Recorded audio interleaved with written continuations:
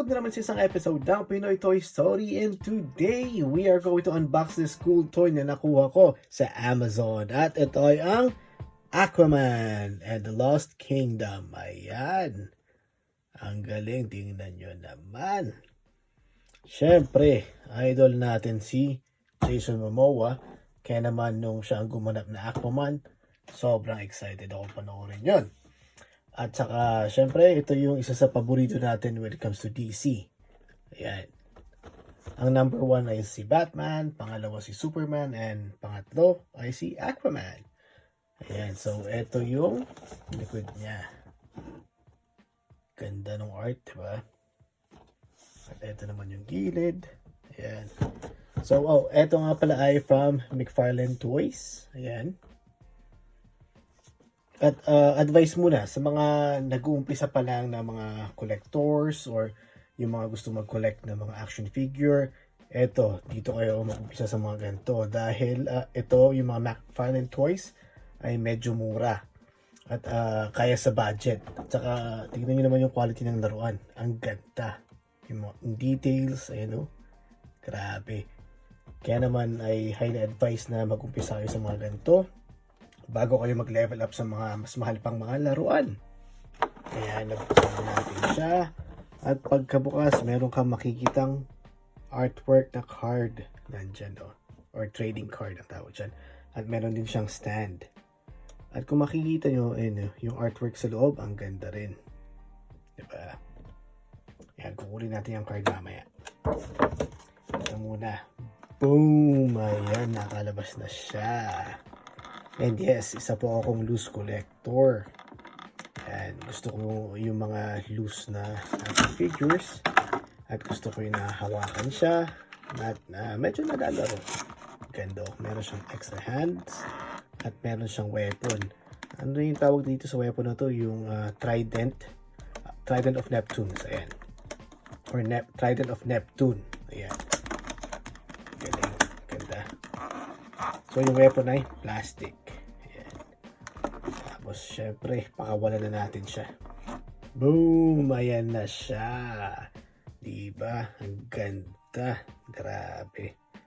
So, umpisa natin sa ulo. Yung buhok, hindi nagagalaw. Steady lang siya. Yung ulo ba? Up. Ayun, nagagalaw yung ulo.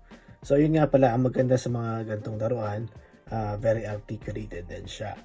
Ang daming pwedeng magalaw sa kanya. Ito, plastic. Yung armor niya, shoulder armor, plastic.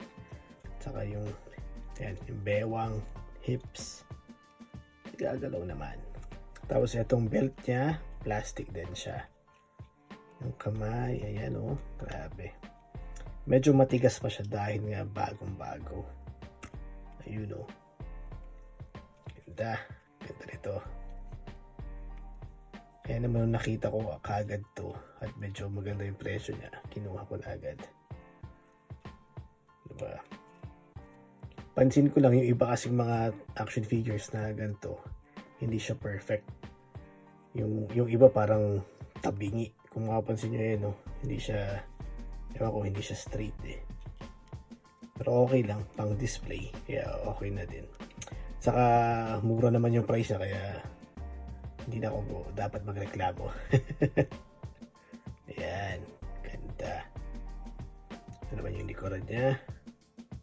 Diba? Yung mga details niya, simple pero grabe. Ang galing. Ayan. Malapitan. Meron siya mga minor na hindi man damage pero paint, error sa paint job. Ayan. It's all good. Hindi naman tayo sobrang maselan.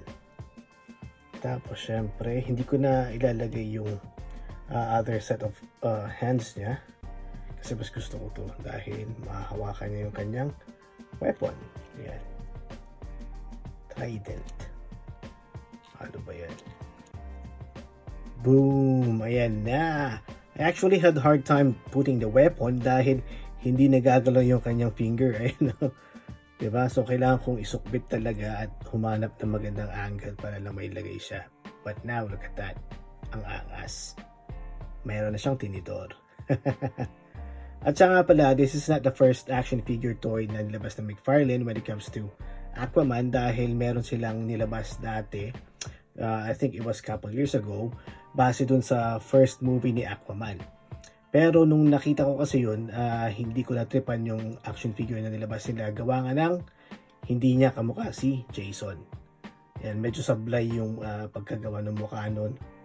Tapos hindi ko rin trip yung armor na ginawa nila doon sa first. Kaya naman nung nakita ko to, talagang kinuha ko na agad. Because as you can see, yan, zoom in natin. Sobrang kamukha niya na si Jason. Yan.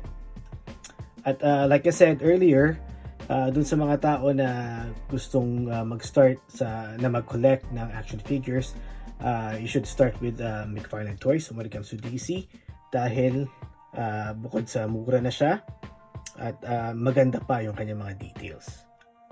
Kita nyo naman dito, di ba? So, ayan si Aquaman, The Lost Kingdom.